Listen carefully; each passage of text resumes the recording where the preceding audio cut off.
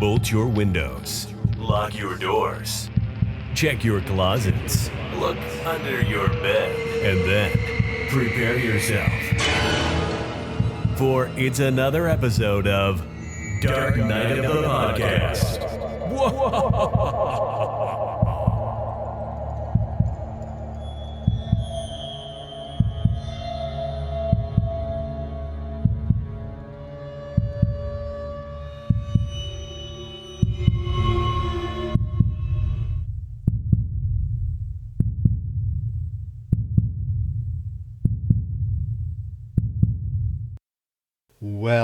Well.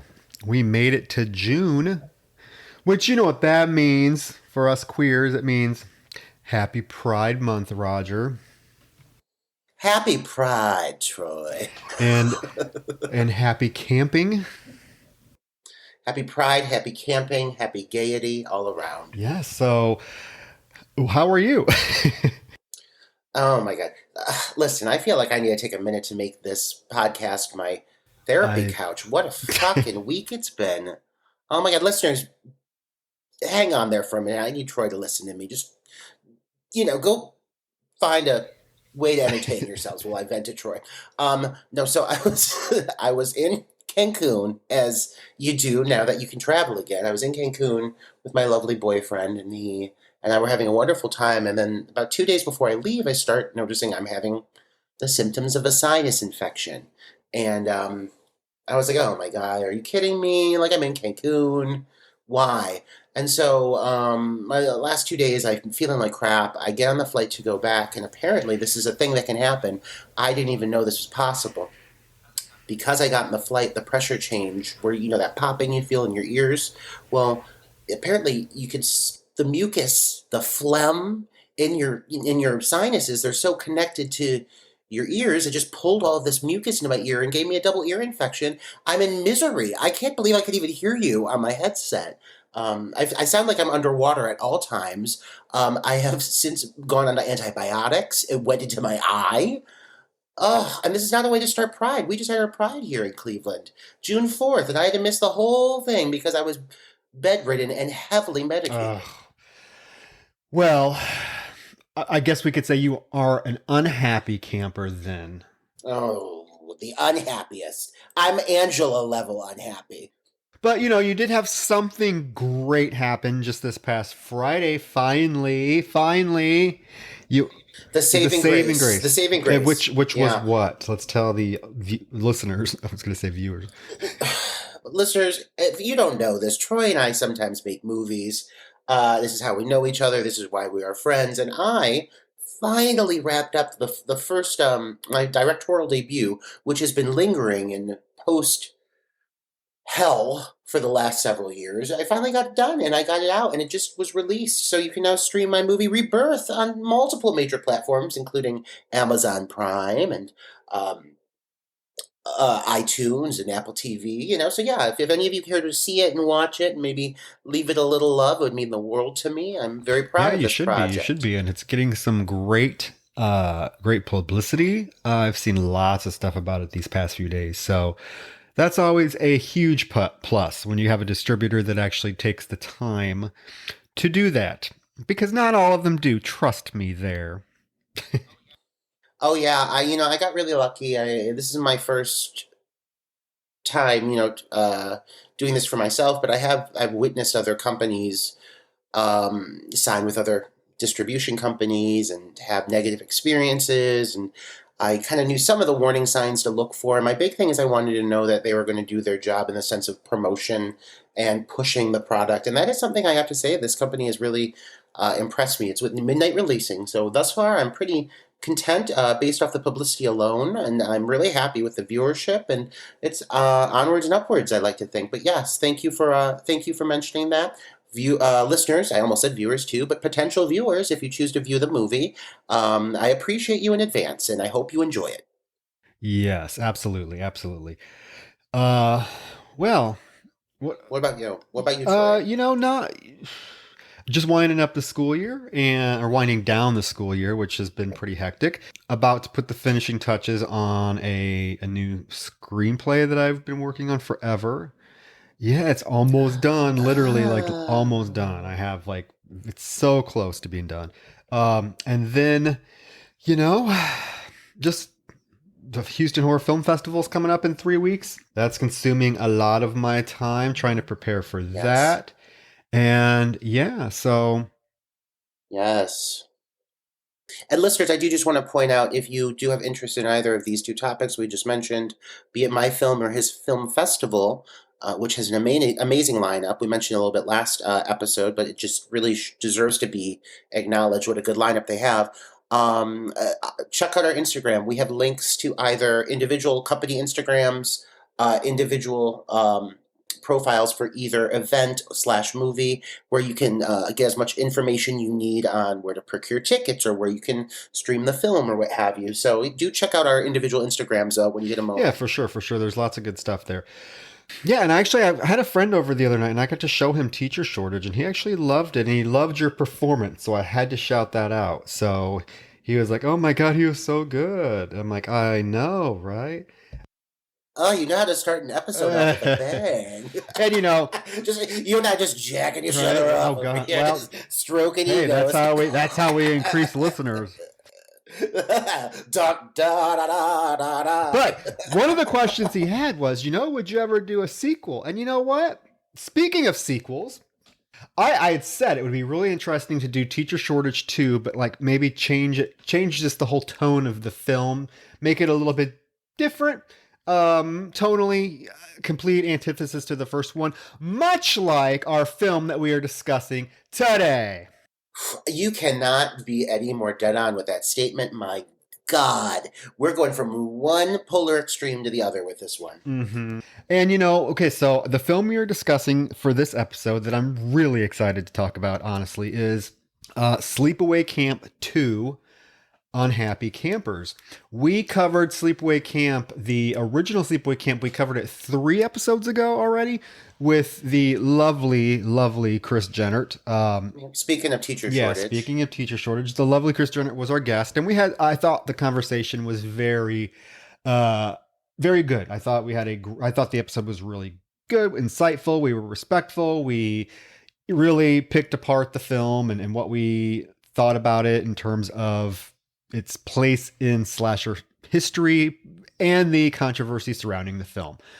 So I thought it'd be interesting to come to this film, which is the sequel, and it's almost in a way.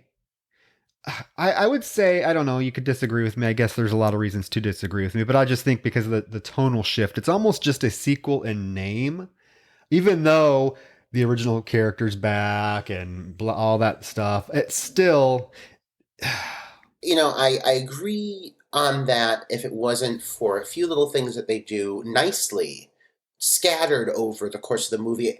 Because I try to come at this with fresh eyes in the sense of really looking for like the connecting tissue between the first and the second. And it's there, but it is meager, but it is there.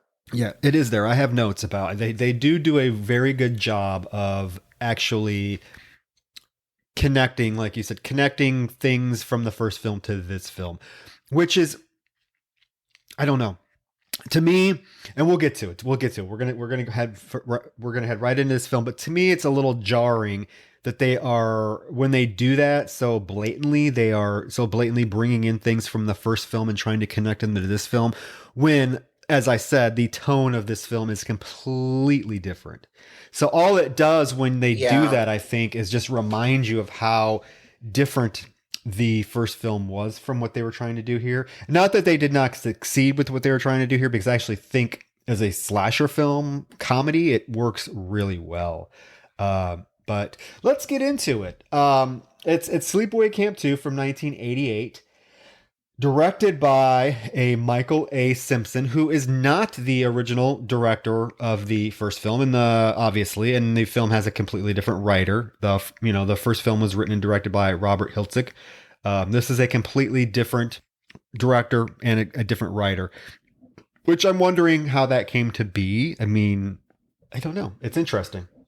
I wouldn't be shocked if they saw this as a profitable, like I'm sure that the powers that be saw this as a, I don't want to say a gold mine, but like, just, how these companies fucking work. You make a little bit of profit on something, and all of a sudden nowadays it's the direct to DVD, or just instant release mentality that we'll see what happens now that we've kind of moved into deep into the streaming culture with everything that happened with COVID. I'm sure there'll be a shift with that as well. But for a while it was like, yeah, that direct to DVD mentality, like the House on Haunted Hill versus House on Haunted Hill 2. I mean, you see a severe decrease in budget, but they still know that they can milk it dry. And I think they saw some potential with the original movie because, as we said in our first review, the original movie works in a lot of areas. I would say it's probably one of the best slasher films of the decade. And I think that they saw that being the case and they wanted to run with it.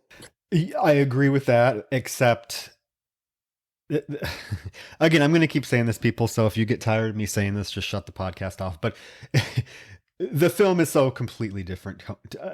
So I'm wondering what they're, if they read this particular script, and greenlit it based on the success of the first one. That's just curious to me because generally what we saw from the slasher sequels in the 80s is that they really tried to just copy what made the first one a success. So you have like Friday the 13th and Friday the 13th Part 2. Even though I prefer Part 2 for various reasons, it basically is the first film. I mean, it follows it completely. I mean, it's the same atmosphere, same tone. Same thing with like a Halloween and Halloween 2. So generally what you saw was if a slasher film was successful and it got a sequel, that the sequel was very much in line with the first film. And this one is so different that I'm wondering what they were thinking. But maybe we'll get to it. Maybe they were just like, maybe on paper, this read a little bit different than the director's intention. I don't know. But the film opens up with basically a scream, and you get a group of campers sitting around a campfire. And the lead counselor, whose name is TC, and he has the most luscious blonde mullet I've ever seen in my life. What is it with we find all the movies with the most luscious mullets, Roger? I don't know. Fascination. I don't know. I'm addicted to mullets at this point in the game. I want to run my fingers through this man's lioness locks. They're just bountiful, blonde, full. This mullet, it's so luxurious. It is. It's a strong intro. I really think this is the best mullet I've seen in a film. Yeah, it's so coiffed. I think they learned from the mustache mistake in the first film that they were like, okay, if we're going to do a mullet, it's going to be the fucking most luscious, beautiful, full mullet we've ever seen. None of these fake felt mullets. Nope. It's all natural, baby. All natural. Yeah, so he's telling a ghost story, and the campers are, sitting around listening to him. And there happens to be the only female camper around the whole campfire is Phoebe. And Phoebe, after TC tells his little story, Phoebe's like, well, I have a story too. Have you heard about the camp that's a few miles away from here? And everyone's like, oh, yeah. We know what happened there. And the kids are like, yeah, we heard about that. There was, a bunch of kids were murdered. And she's like, yeah, he was really a she, and like 30 people were killed. And I think he died or something. And then one of the kids there, his name is Sean, who is hot. I would sit on that face. It is a good. I'm just going to tell you, when I was a kid and I was seeing this movie, I knew I was gay right away when I laid my eyes on him, especially fuzzy chest. And I was going to say a shirtless scene later in the film with his. Geez, whew.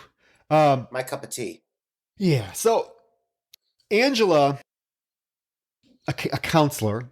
It's Angela. At this point, we really don't know it's Angela from the first film. She shows up to get Phoebe and yells at Phoebe for being out with the boys. And as they're walking away, this is when they're continuing the story about Angela, and the kids are like, well, what happened? What happened? And someone's like, oh, well, I heard that 2 stories. Either he's dead or he's in Hollywood playing the dark-haired girl in The Facts of Life, which I'm assuming is Joe. Which would make sense. I mean, lesbian Joe. And this is when we find out from Sean that no, he's not dead. Angela Baker did not die. In fact, he was put in jail because his dad was a cop that arrested Angela. So they are right away. They are connecting to the first film pretty nicely. Oh yeah, especially like the whole story that Phoebe tells. It is like, I mean, it is basically, if you have not seen the first movie, it is an exposition laden backstory. Yeah. Like, she tells an in-depth tale that covers all the bases of what you need to know in case somehow you missed out on the first Sleepaway Camp and now you're watching Sleepaway Camp 2. And they do a really good job of setting the scene and making it clear that this is the same universe. It is. And I think that they lead in pretty nicely with that. Yeah, and we find out from Sean that Angela was in a mental institution and actually had a sex change, sexual reassignment surgeries, we'll call it now, because sex change is, a little bit of a outdated term. Right. Gender reassignment surgery. There you go. And he's like, and our tax dollars paid for it. But now, he's out now. And we don't know where he's at. Yeah. And I think Troy here is something to acknowledge. When you state the shift in tone and also the whole idea of the differences in the first film versus this one, I feel like the first film had an element of, even though it was like kind of taboo in some of the material it was tackling, it had an element of class. Mm-hmm. The first movie doesn't feel like a classless film. It might be a slasher, but it's still a beautifully shot, elegantly executed, and in the end, like really like unique slasher movie that delves into the who's and what's and whys of why, Angela operated the way she did and what her journey was. This kind of takes all of that and it makes light of it. And you see that right away with this opening sequence. I feel you really see that or hear that in some of this dialogue, the tax dollars line. You start to see, I think, a meaner spirited approach seeping into this. And I think that's really where that shift, that tonal shift hurts this film, is that it kind of takes, in which the first film, I think it was addressed with a sensitivity. In this film, I do too. Not at all. In fact, this movie is chock full of LGBTQ slurs and the usage of terms like faggot. And, you hear it and it's beginning to end. And it really is kind of just the note you start off on. It's pretty hard to go in having the same approach and the same opinion of Angela that you do in this movie, because it totally makes her character into something different. I totally agree with you, and I have a few thoughts on that, because based on the first film and what we know about Angela and her story, I find it personally really hard to believe that she would have went through with a gender reassignment surgery. I don't think that would have been something that she would have done necessarily, but it is interesting that they went that route with it. And she seems to fully like embrace it now. It's not a conflict. It's not an issue. Not that I think that I don't think her gender was an issue in the first film as much as some people want to play that up. And what I find really interesting is some of the same people that I've seen online, they're like, oh, Sleepaway Camp is so problematic. It's transphobic. It's blah, blah, blah. We'll turn around and say, oh my God, but the sequels are so fun. I'm sorry. I tend to think that this film is a little bit more problematic than the first film, but that's not to say I still don't have a lot of positive things to say about this film. It's just funny that people will say, oh, the first film's so problematic, but then give this film and the sequel a pass. Where I think that this film took a liberty to do something with this character that was not in line with how it was presented in the first film, and B, it wasn't necessary. It wasn't necessary. It wasn't necessary to make Angela now a female character, knowing that what we know in the first film. But we will cover that more here later. So, and now this is where the film again shifts completely, because Angela is leading Phoebe away, and she's being like really aggressive to her. Like, she calls her a slut. She's like, we haven't even been here 3 nights and you're already sneaking out with the boys and, you're a slut. And Phoebe's like, what are you talking about? I'm just out having fun. I wasn't doing anything. And Andrew's like, I should send you home. And Phoebe's like, well, go for it. I don't care. And walks away. And she is like acting like she's lost in the woods and she can't see anything, even though these are like the brightest woods I've ever seen in my life. And she's like, I can't see a thing. I'm like, it's pretty light out, lady. But anyways, right here is where we know we are dealing with a completely different film because Phoebe's like, Angela, where are you? And you hear Angela say, I'm right here. Phoebe turns around. Angela bashes her in the head with a big old branch and then proceeds to cut her tongue out. Oh, yeah. It's really like there is no attempt at masking or hiding the identity of who this killer is. And it is a unique approach. Do I think it was necessarily the right approach with the series? I'm going to just say no. I mean, this is a question I was going to ask at the end, but I think this is the time to present it because I want to know, going into this conversation, just where you stand. Are you a Felissa or are you a Springsteen? Gosh. Oh. You know what? I don't want to answer that. I do want to answer it, but because I don't know. I like Pamela Springsteen's performance in these films. If I were to be 100% honest, I feel like she gives the better performance of the two. Only, and I'm saying this because I love Felissa Rose. She's going to be at the Houston Horror Film Festival. Please don't listen to this, Felissa. I love her to death. However, I just think Pamela Springsteen was given way more to do with the character. It has nothing to do with Felissa Rose being a bad actress or anything. She's very good in the first film. However, she's not given a lot to do. Her whole performance is just to sit there and have her eyes wide and stare at people.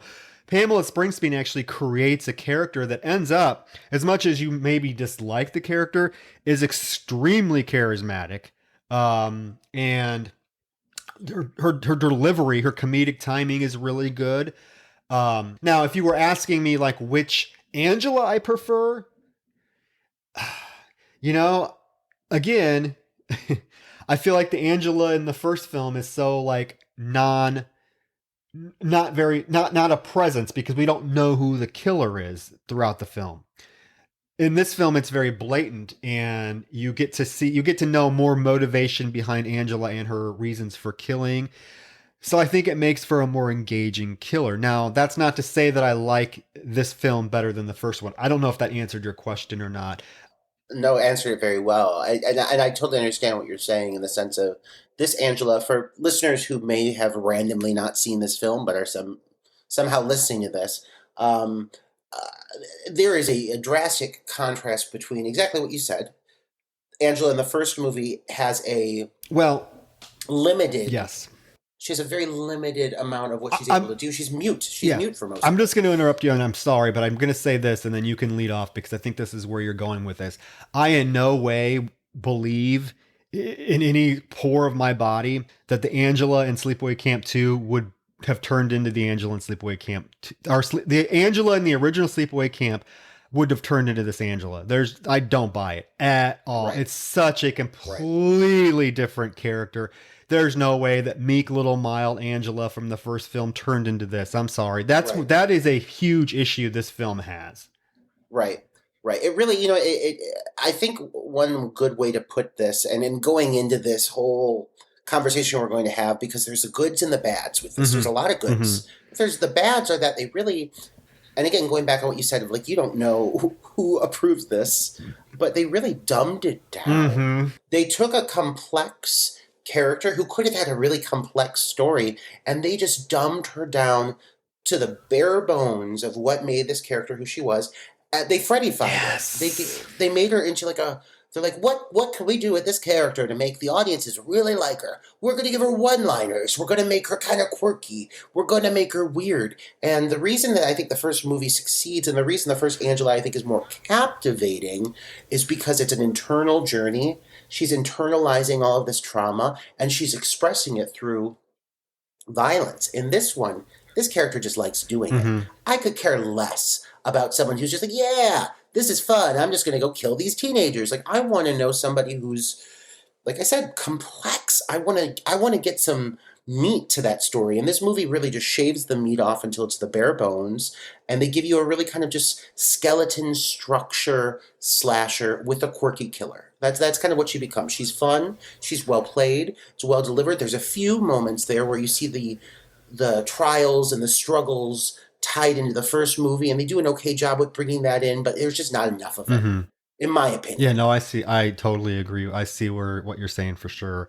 It's just it's so interesting because it is two completely different characters. To me, yeah, it was an odd choice.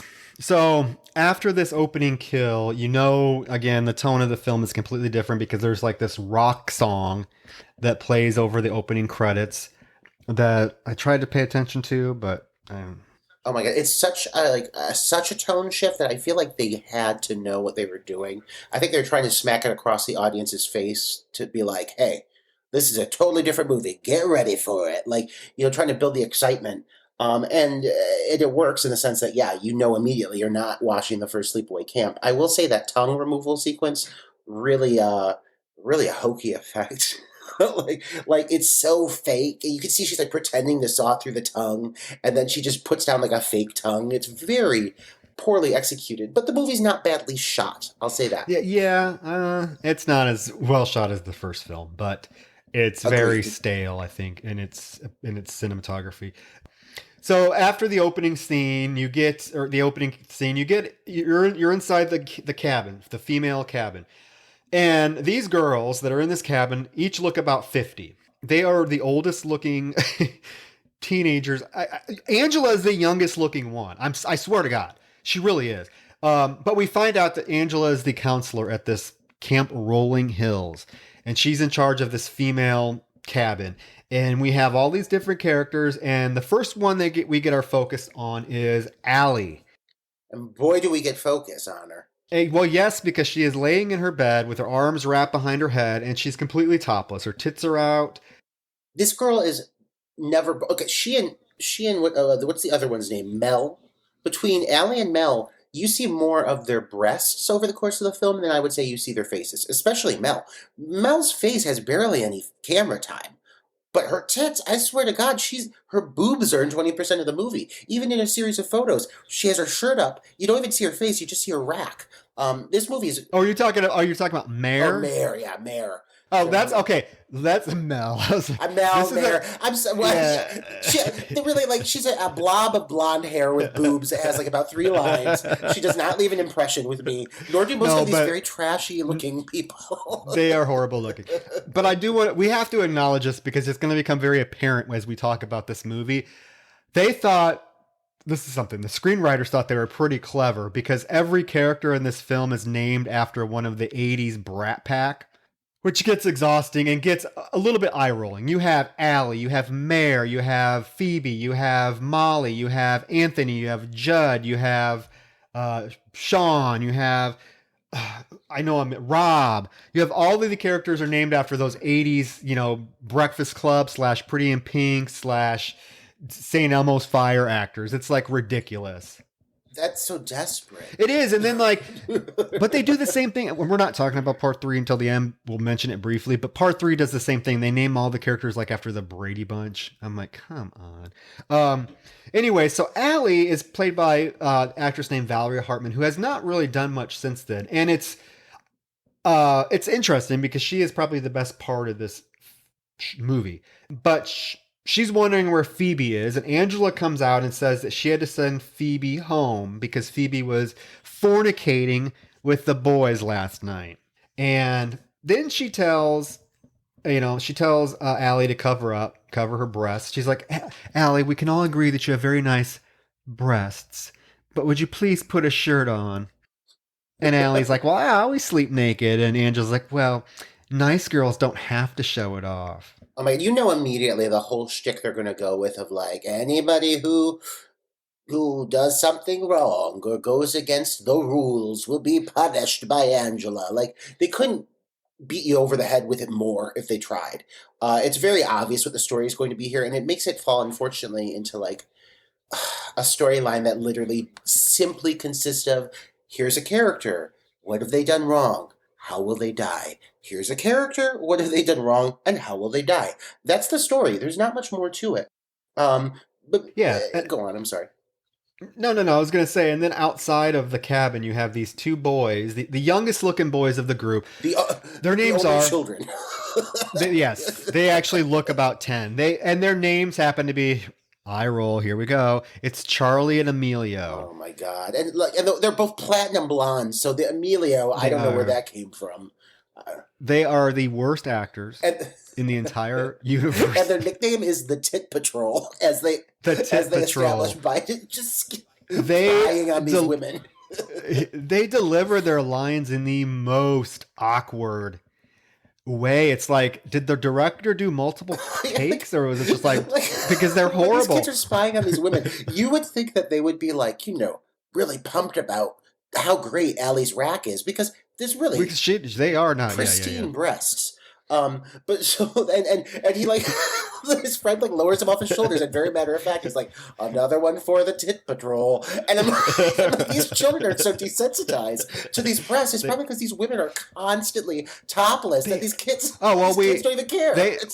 No, they don't. They have a whole fucking photo album of nothing but there's no effort that they have to put in to get it to see these women topless. These women would gladly just expose themselves to these young prepubescent boys. And they do, especially Mare. Poor Mare. She really gets taken advantage of by the camera in this movie. Yeah. And it's breakfast time, and they are in the mess hall, I guess is what you call it, the breakfast hall. I don't know what to call it. I don't know. And Allie makes a comment about the oatmeal. Her oatmeal looks as gross as the Shit Sisters. Now, there are these two sisters in this film.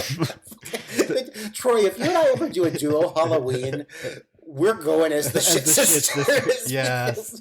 These are some rough-looking gals, and you and I don't even need to shave. I'm worried about these two. Like, if I were camping with these girls, I would be concerned for their health. They are belligerently stoned. They are violently stoned to the point that they can't even make basic delivery of dialogue. Like they can't. Their eyes are permanently closed the entire film.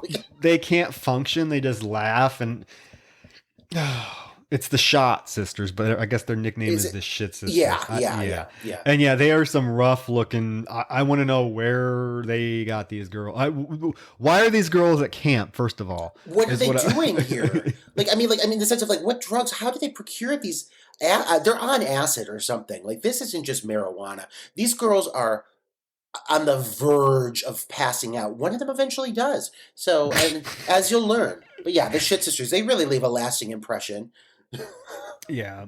And so the word around the breakfast hall is that Phoebe got sent home and everyone's pissed at Angela.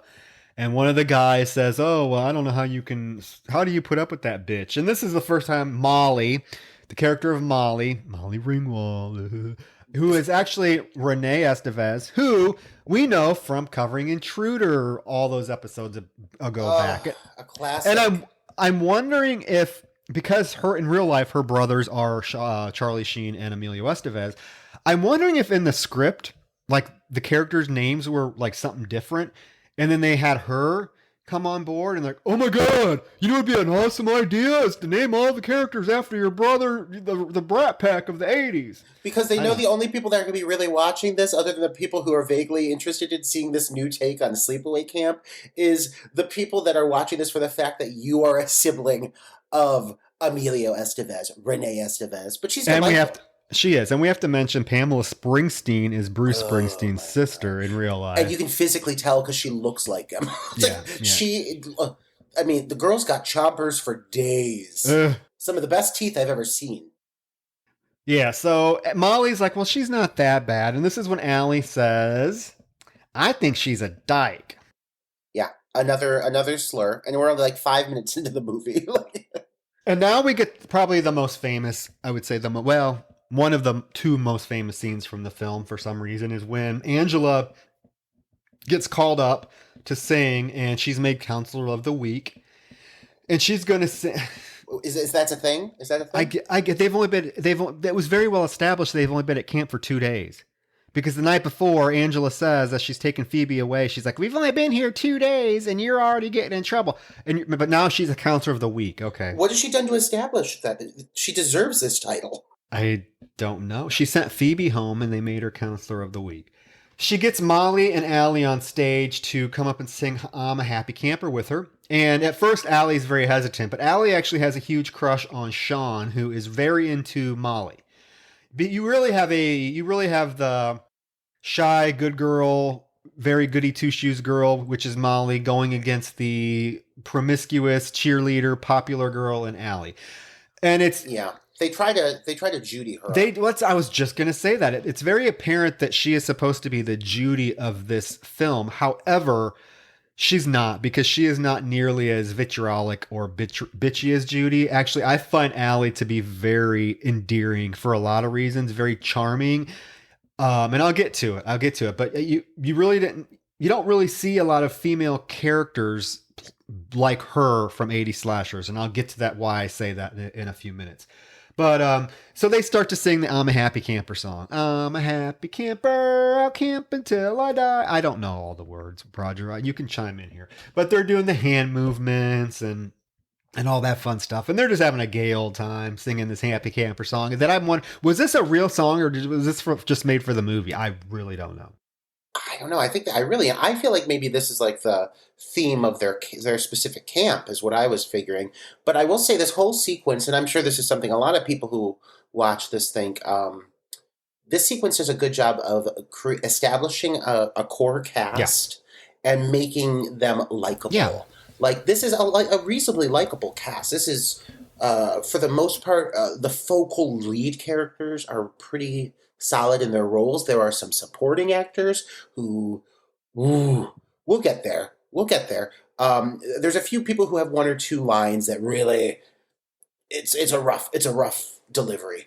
But the core cast is really endearing. And another thing that this movie has, I would say, that does kind of tie into the first film, is I feel the first film had a lot of characters that I really was like, I want to follow this story. I want to kind of focus in on these specific characters. Are all of them likable? No, but the ones that matter, are they likable? Yeah. And this movie does continue that vibe. Yeah, you do get a very wide spectrum of characters here. I like Allie. I like Molly, although she's a little boring. I like Sean just because and then Rob, the blonde, I like him. He's a pretty charming character. And you get Demi, the African American girl, who doesn't have a lot to do until like the end of the film, and she's pretty fun. And then of course she's like the Lisa Turtle. Yes, very very much so. And then Mare, who is a blast, but again doesn't last very long. So you do get a really nice group of kids that you can really follow along with and really start to somewhat care about as much as you can in this 78-minute slasher film, because this film is short and it goes by fast. I think the pacing in this film is really strong. It flies by. It flies by. Yeah. So as breakfast ends and they sing the song, TC does. Here's another little nod to the first film, which again, really nice touches. Just I wish it wasn't attached to the first Sleepaway Camp.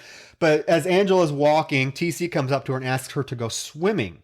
Now we know from the first film how Angela feels about swimming. So Angela's like, no, I'm not a very good swimmer. Which again, very subtle, tie into the first film. Just simply asking her to go swimming. And then he's like, well, I want to meet with you to talk about what happened to Phoebe. And she's like, not interested in TC at all. She's like, I'll call you, and walks away. To which he has a great line that I think is great just because he delivers it well. He says, how are you going to call me? I don't have a phone. And I will say that TC has several of the moments in the film where I'm like, oh, that's some strong acting. Almost every time I had that thought, it was him.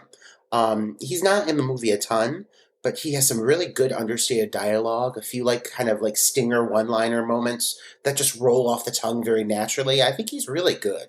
Yeah.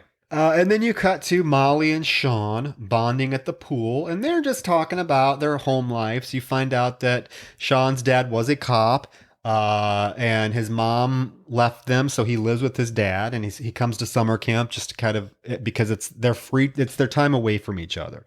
And then you find out that Molly, on the other hand, her parents are still married. She has 3 brothers and 2 sisters, and everyone calls them the Brady Bunch. I don't. At the same time, Rob, the blonde kid, is talking to Allie, talking himself up. He's like, "You realize this town, I'm the best." Says I'm the best soccer player out of this town, and she's like, "Yeah, that's great." And in the meantime, she's taking her bra off under her shirt, and she's wearing a white t-shirt. And then she says, which is just odd, she's like, "Rob, if you throw me in that water, I swear to God, I'll kill you." And what's he do? He throws her in the fucking water. Throws her in the water. She wanted it, though. She knew exactly what she was doing because she wanted her titties to be shown through that t-shirt. Because when she gets thrown in the water, what is the first thing she does? She swims right over to Sean, gets out of the pool, gets his attention, and her tits are literally... This movie will literally take any chance it can to show off this girl's knockers. Between her and, again, Mare, who is more nipple and areola than she is facial features in this movie, any chance they get. This movie is boobs out the wazoo.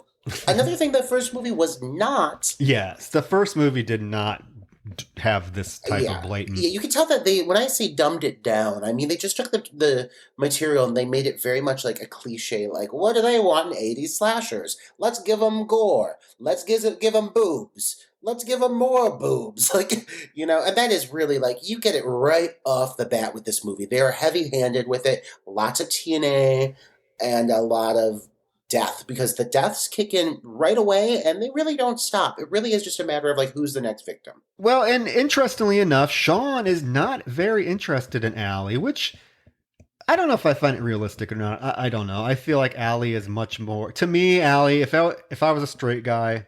Allie would be I'd be all over Allie. I'd be Molly is just kind of whatever. But Allie has just the personality, the looks, the tits, the everything. And Molly's character, I hate to be mean, but just doesn't. She's not interesting. She's like mopey. She has this hot guy that likes her, and she's just like throughout the whole film, she just doesn't seem very excited or happy. She's just like. They always say that a man wants what he can't get. And I think Molly is very much, she gives off, like, if you think of any tie-ins to the original movie, she's very much, if Allie is the Judy, then Molly is the energy of the Angela, of the shy and unattainable, and, neither of them are to the extreme. None of the characters are as extreme as the first movie, but they both kind of give off the energy of, like, this is this film's variation of that trope. And I do think that's why he has a thing for her, is because she does come off as kind of pure. And Allie is literally just tits to the wind, whatever she can. Yeah, Allie fucks anything she can get her. It's astonishing. It is astonishing how much sex this girl has. In a summer camp. But yeah, so he's not interested. So him and Molly get up and go leave, and you can tell that Allie's pissed, but she sucks it up. Then we get the scene with the shit sisters, I'm going to call them the shit sisters, because they're like in the woods drinking and smoking pot and like making out with this guy. And they're singing some variation of the Happy Camper song where she's like, you can, what'd she say? You can suck my tits or yeah. You can suck my tits. Like, wait, she said something about sucking tits, of course, because what else do they do? Exactly. And Angela catches them, and she makes the guy go away. She's like, "Get out of here!" And he's like in the middle of fucking the one girl, and the shot transitions into, you don't really see how she gets the sisters to where they end up being. I don't know if you're supposed to assume they passed out. I guess you're supposed to assume they passed out from the drugs, right? So now they wake up, and one of them wakes up, and she sits up, and she's like looking right at the burnt skeleton of her sister. Yeah.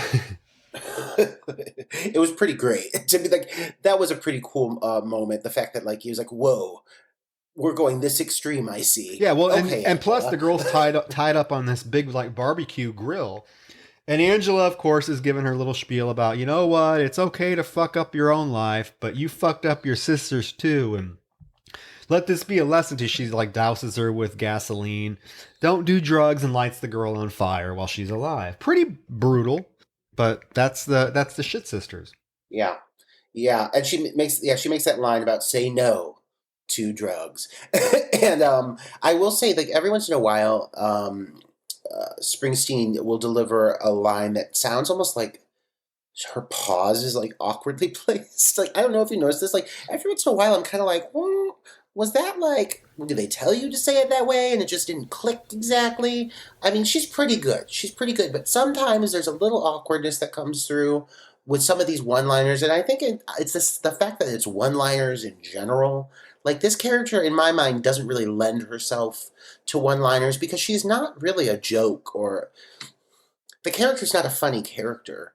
She's not a shtick. So then you're trying to make her funny, but like, whereas Freddy Krueger, you started with that from the beginning.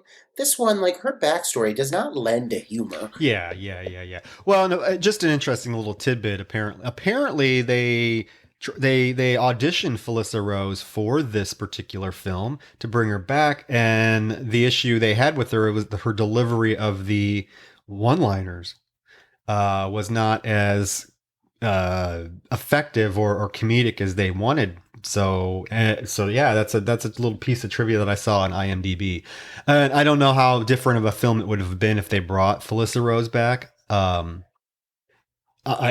guess it wouldn't have been any Better worse. one. Yeah, yeah. I mean, maybe. I mean, not Yeah. if, maybe. I mean, if they were still going to go this route with the film, I don't know. Whether You know what I think? I think Felissa possessed a darker. How can I word this? It's like a deep-seated, darker aspect to her character, in the sense of you knew that the wheels were turning inside even when you weren't hearing it. Yeah. And with this, But do you think she would have done it with this material? That's the problem. I don't know. I would have liked to have seen it. I Yeah. wonder if she Yeah, could yeah, have yeah. done No, it in a way that. But again, if they wanted humor with this, I guess I don't. And another thing, and I mean, we were going to get into this at the end, but we might as well just say it here, is, this film and Sleepaway Camp 3 were filmed back to back. Like, they were filmed literally back to back. That was how they got the funding for the films, is they agreed to do two of them, and it was back to back. Now, they filmed them in the exact same location. I mean, there was no break. It was literally back to back. I don't know if you've seen the third one. Have you seen Sleepaway Camp 3? I've not. Okay, I'm not going to cover it, but it'll never be one of my picks. But it is even, in my mind, it is even more, it amps up the comedy even more. So again, I don't know if Felissa Rose necessarily would have been able to, how that would have transitioned, knowing that in the first film she played the character so stoically and effectively, to now make it into, like you just said, a joke, trying to make it into a joke. Because the third film falls completely flat for me, I think. I mean, there's no reason. It has some creative death scenes, but other than that, yeah. So yeah, she burns the shot sisters to death.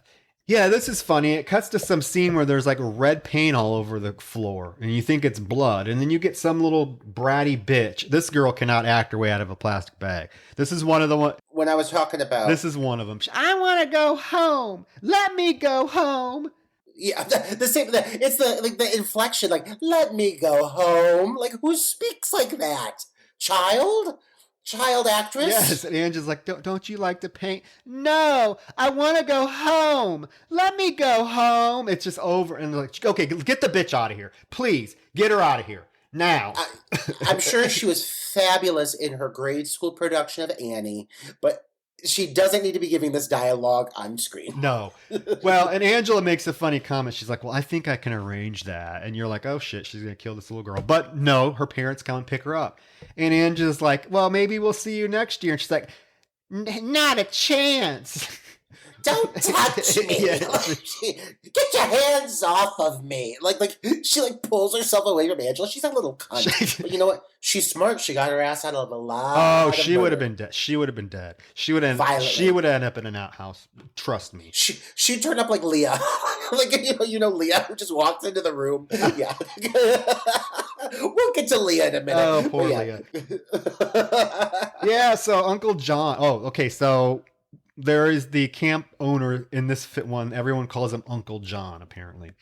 Uncle John is like, to Angela, he's like, well, we he's like, oh, well, there's always one of them that wants to go home. So now it's, what did he say? He said it's 39 down, or one down, 39 to go. And Angela's like, well, actually it's 37 to go, because I had to send the shot sisters home. And he was like, oh, Angela, please talk to me or TC before making that decision, Angela. Oh, Angela. And she's like, oh, like I just did? And he's like, oh, yeah, okay. He's wearing like a drug rug. You know what I mean? You listeners know what I mean when I say a drug rug. It's one of those things that you buy at like a hemp store, and he's dressed like an old stoner. So I don't know if maybe he's just forgetful And about things. he has the most aristocratic voice the way he talks too. I'm like, what are you doing? You're not in a Shakespeare production, dude. You're in Sleepaway Camp. At one point, he says it cuts to him. He's like, "You're fired." Yeah. His voice is like bellowing from his gut. It's really powerful. Yeah. And then it's the night, and the boys decide they're going to go into the girls' cabin for a panty raid. I mean, nowadays this would be an issue at any location, be it a camp, an office. Yeah, because these boys are literally, the scene is hilarious. These boys come in and they're like raiding the girls' drawers, taking their bras, taking their panties, sniffing them.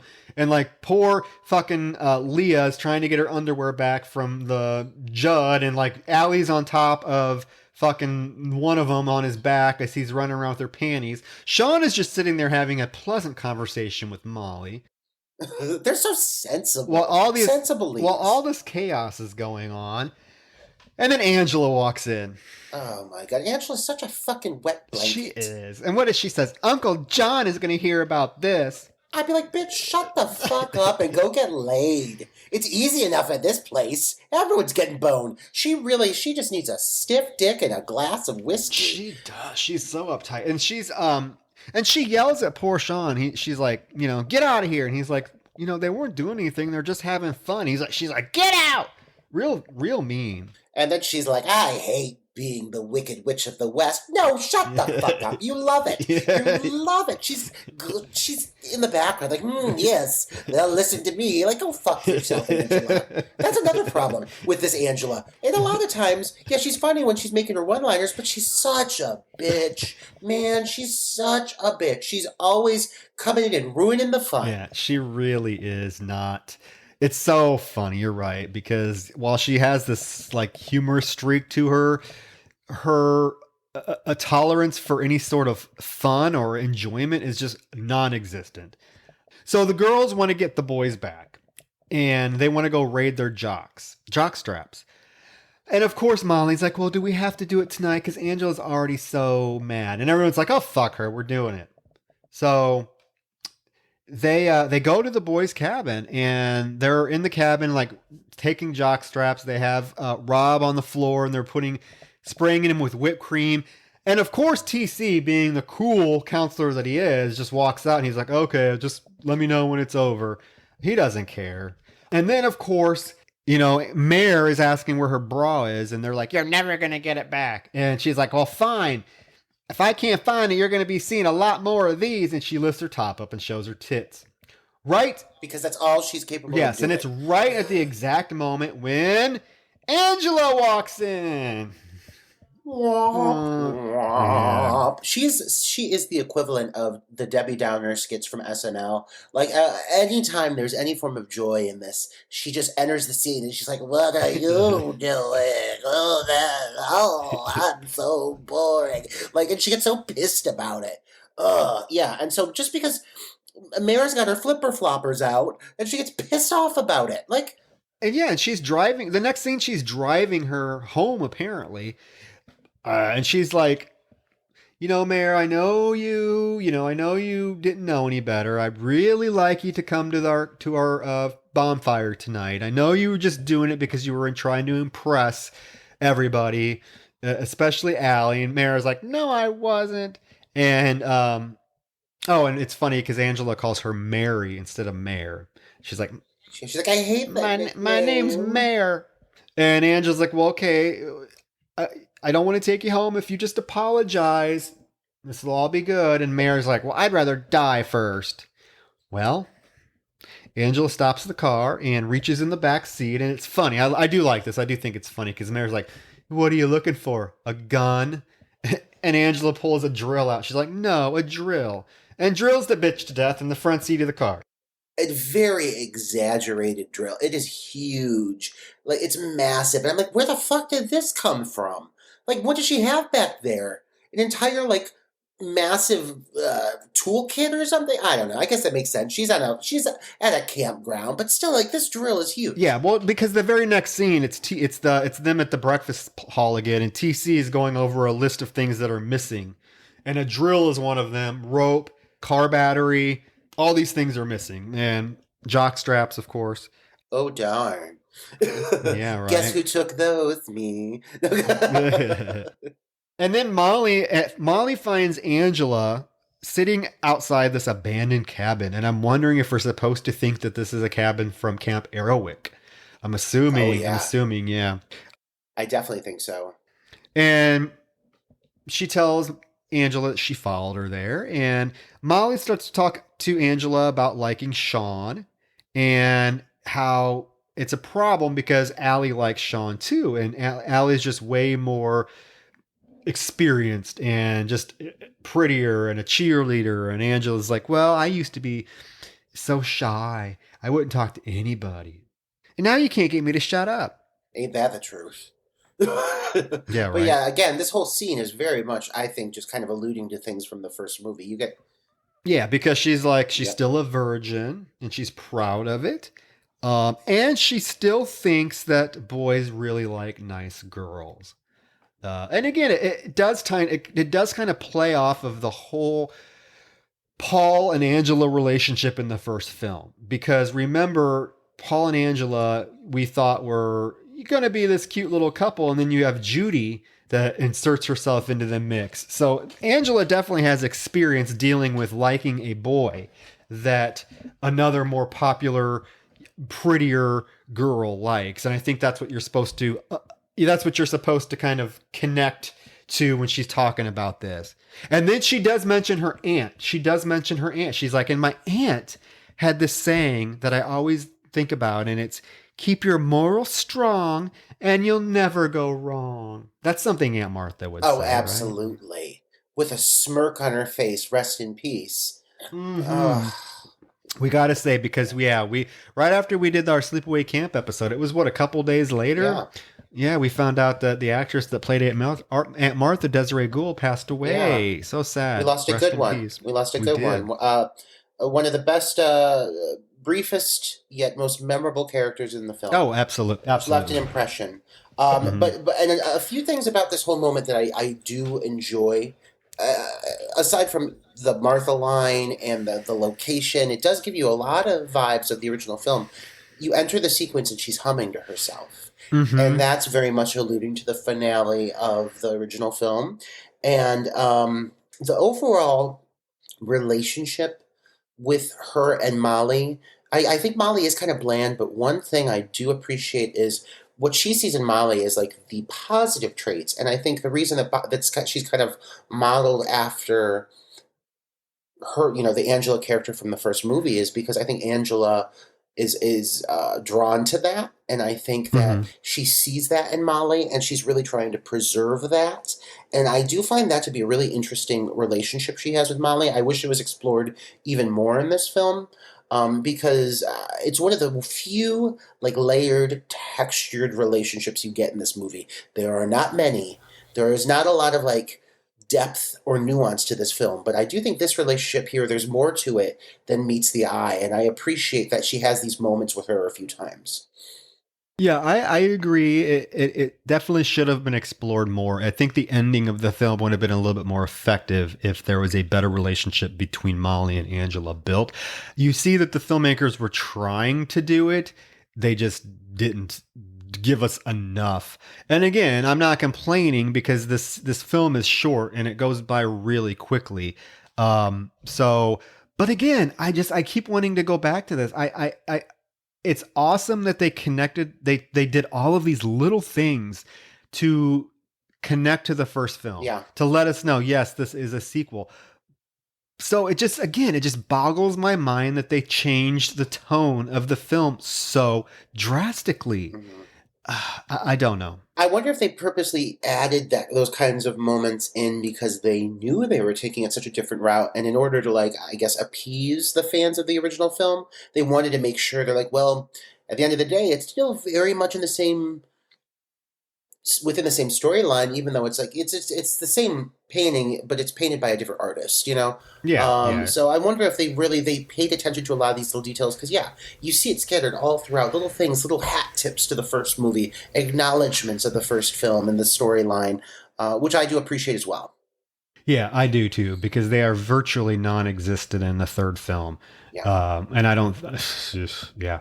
Then there's a cute little scene or a funny little scene where they're like having the kids go and stick their hands in like these like buckets and trying to figure out what is inside the bucket. And Angela's bucket, and people are sticking their hands in it, she's like, it's dead teenagers' brains. And that other counselor that has nothing to do in the film except to get stabbed and walk around with her short haircut. What's her name? Diane. Diane's Diane. Oh, she's such a Diane, yeah. She's like, what's really in there? And Angela's like, dead teenagers' brains. It's funny because you know it really is. I don't know. Yeah, it's dumb. Whatever.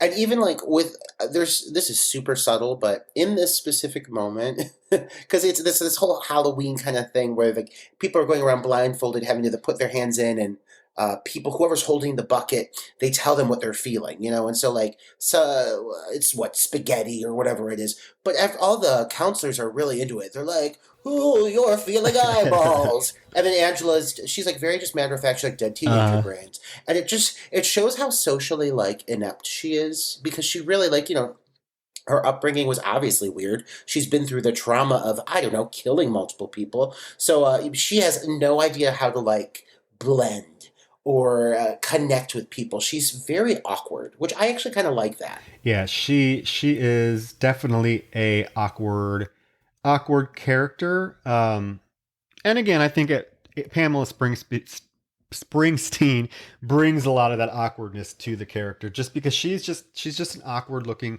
and I don't mean this in a bad way. She's just kind of an awkward looking, character to begin with, or person to begin with, just with her big teeth and frizzy hair. And yeah, Angela did not evolve to be a sexy. She did not, and that's another thing is they don't look anything alike. Felissa Rose and Pamela Springsteen look zero alike at all. There's not even anything, even down similar. to like the hair color and everything. Like they really didn't try to match it. Which you would think they would have, but whatever. Right. Then the two guys, I think it's Judd and I don't know, just pick a name. Is it Anthony? It's Anthony, yeah, who's also a weird looking. Pick a name. Pick a name. Whatever. I don't know. Judd and Anthony are painting a Freddy mask, a hockey mask, a Freddy glove, and a hockey mask, because they are going to scare the shit out of Angela tonight at the camp out or at the bonfire. And it's so cute that these two boys think that they're going to scare Angela with a homemade hockey mask and Freddy glove, but they have no idea what they're getting. They have no idea. Oh, and then the next scene is the two boys, these names, Emilio and Charlie, are sitting inside the little cabin, and they are looking at all of their Polaroids that they've taken. And again, these kids, guys, are the worst actors in the world. And they're looking and they're like, "Oh, look at this. I got her when she got out of the shower." And Angela happens to walk by, and she comes in the room, and she's like, "What are you guys looking at?" And they're like, "Oh, nothing." And she's like, "Well, show me." And they give her the Polaroids, and she's going through them, and it's topless, one topless picture after another of all the female campers. And then there is one of Angela as she's pulling off her shirt, and she's just in her bra. And she's like, "Uncle John is going to hear about this." And she storms out. And they just sit there with like solemn faces, like, not a lot of concern. Like, and these children really don't know how to express emotion. They have they have that stupid moment where it's just awful. If I was the director or if the editor, I just would have cut it out because it's so bad. The one's like, "Was Angela's picture in there?" And the other one's like, yeah. And they're both like, oh shit. It's so horrible.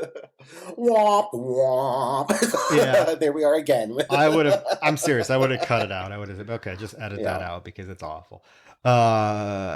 So the campfire.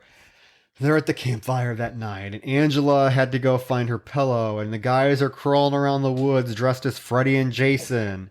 And I don't know about this scene because I just. Anyway, so why is he's one of them's crawling around on the ground because he lost his glove, his Freddy glove. And Judd is like, well, I'm gonna go. You find your glove, and it's Anthony's crawling. And he comes upon a log, and he sees the glove on top of the log, and he crawls towards it, and he's like, oh, my glove. And all of a sudden, the hand comes up. Somebody's wearing the glove and cuts his throat open. Yeah, and it's a pretty good effect, but it is the single longest throat cut I've ever seen in my life. He just keeps moaning and groaning and grabbing his throat. I'm like, God, just die. Die already. Well, I want to know how sharp did he make this glove? Apparently pretty sharp.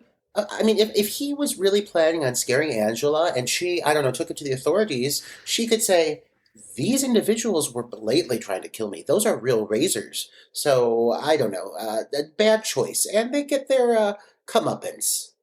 Which I have an issue with.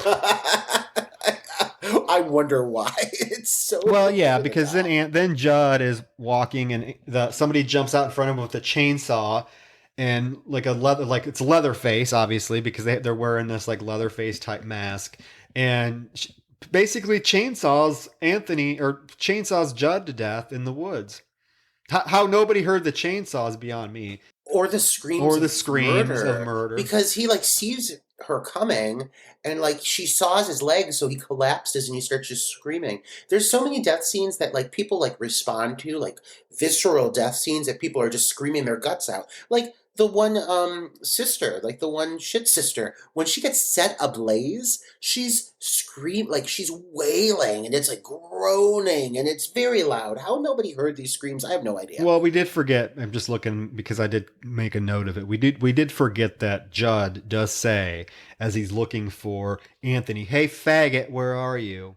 Oh, don't you worry. This was definitely about to come into the conversation. Okay, good. Because again, here's the thing. Here's the difference between this film and the first film. The first film it does not do that at all. It does not have. I think the first film, even when it's going gay, which it does, I think it does it very tastefully. Oh, this film has every fucking gay slur you can think of: dyke, queer, faggot. I almost feel like Troy, and I don't know if this is taking it too far, but I almost feel that because of the blatant, obvious shift in tone from first film to second, leaning into a more comedic angle, I wonder, and I may be going out on a limb with this, but I wonder if they almost felt that the first movie was too gay, because it is pretty open-minded. There's a gay couple and there's a trans character. Well, I mean, we used the term trans lightly, but you know, her story is, like I said, it's sympathetic. It's never it's never approached as being something where they're like, oh, ew, you know, it's just a fact of the matter. It just exists. And that's what it is. It's shocking, but it exists.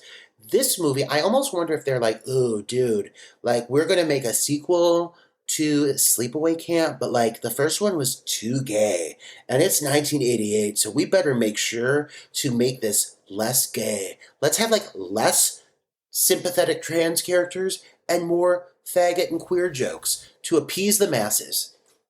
Well, I'm wondering, I don't know. I mean, to be honest with you, I don't know anything about Michael A. Simpson, and I know very little about Robert Hiltzik, the director and writer of the first one. I'm just wondering if it's as simple as Robert Hiltzik is a very open to homosexuality. He's an ally. He has no issue with it. Whereas Michael A. Simpson maybe isn't so much. He's more of like like you were saying, maybe like the bro. Hey, bro, let's do this. You know, or at least at the time. You know? Yeah. I mean, I don't know that either one of them. I'm just making it. You just have to go with what you're given from what they gave us. So I feel like the first one definitely handled homosexuality and all of the queerness much better than this one. Yeah, I feel like this one was really trying to avoid coming off as too, dare I say, queer, too gay, Gay. too queer. Yeah. And But here's the yeah, thing. Another thing is, okay, so the whole shtick here is Angela kills people that are bad, right? I mean, which kind of a leap because the first film, I mean, I guess she killed people that were bad, but she mainly killed people that were mean to her. So in this film, it's established that she's killing people that she thinks are bad kids, right? Because there is even that line where Uncle John is talking about, there's not very many good kids anymore, and she's like, well, yeah, there is. You just have to weed out the bad. So in her mind, she is killing kids that are bad, that sleep around, that do drugs, that are promiscuous. What did these two boys do that was so bad besides try to play a prank on her? I right. mean, there to me that did not justify having your throat slit open and chainsawed to death. Yeah, All they were doing, they were trying to I thought they were. I don't even think it was malicious. They were trying to have some fun. yeah, They were going to scare her. She finds out about it, and her response is to slit their throat and to gut them with a chainsaw. yeah. To me, that does not mesh with the whole motive or the rest of the film. These two characters, the deaths of these two characters makes zero sense in the grand scheme of what we are presented. Why Angela is killing people. No, I really think, honestly, this death is here to just awkwardly provide another pop culture reference. Like you said, there's the names of all the characters that are straight from the Brat Pack. There is a kill in this movie in which three characters are dressed like other iconic killers from other iconic slashers. So, like, they're really trying to, like, lean into that as hard as they can and establish a fan base with this movie, you But know? yeah, because if you're just going by the outline that this film is presenting us, that Angela's killing people that are bad, then these two kids should not have gotten killed, because these two kids actually were probably the two, they were the two most realistic, like, teenage characters in the film. They never, I mean, it's just odd. I don't know. I'm sorry. I thought about that. No, no, It's no. And really I, weird. it's really easy to ramble about this film in general because there are so many things that, like, there's so many things, very little details that connect. And then there's tons of things that I think they really missed the mark. And even like leaning into, there's something they start addressing here, and you don't get a ton of it, but they start leading into like her extreme Christianity. And Oh yeah, and that's which another thing, but they don't touch on it that much. It's just like let's. I feel like it's everything in the kitchen sink mentality. I feel like they're basically like, okay, well, we got to create a backstory for her beyond the whole sex change aspect. Let's make sure that we also make her extreme Christian, and she kills just people for being bad in general. And you don't want to wrong Angela because she'll kill you. Like they really, like I said it earlier, but I feel like they're really trying to Freddyfy her. So after she dispatches Judd and Anthony, she goes back to the girls, and they have a sweet little moment where they all jump on her, and they take the mask off, and it's Angela, and all the girls are like, "Oh, it's so cool that you do something like this." And Angela's like, "Well, where's Allie?" And they're like, "Well, she went to the bathroom because she has cramps." And we cut to the bathroom, and what she is doing is she is screwing Rob in the most. I was Violently. just gonna say, I have written down here, the most aggressive fucking I've seen in mine. This bitch is throwing him up against the wall. She's shoving his face down between her pussy, making him eat her out. She won't let him. She won't even let him get a gasp of breath, for crying out loud. She's whole. God, I thought that was going to be a kill sequence between her Oh my god, she thighs. would not let him get some breath. Oh my God! But you know what? Good for them. And like, oh, to be young Yeah. again. And then Angela shows up, and I think it's funny. The door's locked, and you just hear music playing, and she tries to saw the door down with the chainsaw, and it won't start. So I'm wondering if it would have started, would that have been the demise of Molly and Rob? I guess.